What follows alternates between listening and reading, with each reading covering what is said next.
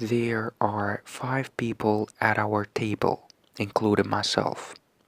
I've already learned a great deal about them in a short time we've been at sea, although we rarely meet except at meal times.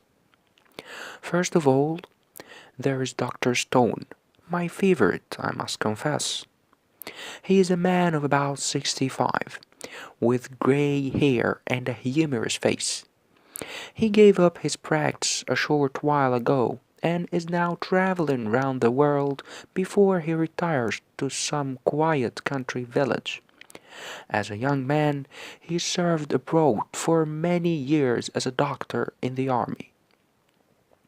He speaks several languages and has told us a great deal about the ports we're going to call at. He seems to have been everywhere.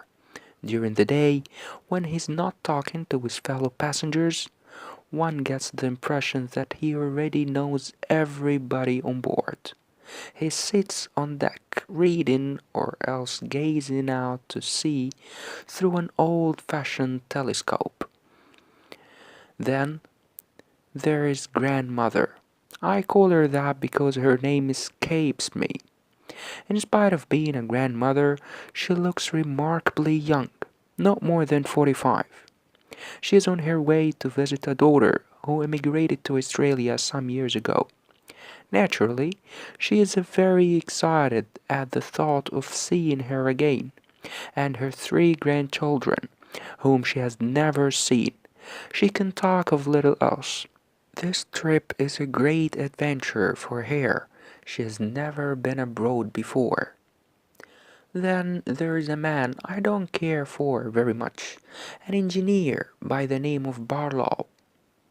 He has been on leave in England and is now returning to his work in Singapore. He seems full of energy. He swims or plays tennis the best part of the day. I've never in my life met a man with such a loud laugh. He has the cabin next to mine, and I can hear his laugh even through the wall. The other person who sits at our table is Mrs. Hunt. I have found out hardly anything about her. She's extremely quiet and rarely talks, except to consult the doctor about her children's various ailments. She is on her way to join her husband in India. Choose the best answer. A. Dr. Stone is traveling round the world because 1. He likes meeting a lot of people. 2. He's having a holiday before he retires. 3. He wants to visit the places he knew in the past. 4. He enjoys traveling abroad. B. The speaker called the second person at the table grandmother because 1. She looks old. 2. She has 3 grandchildren. 3.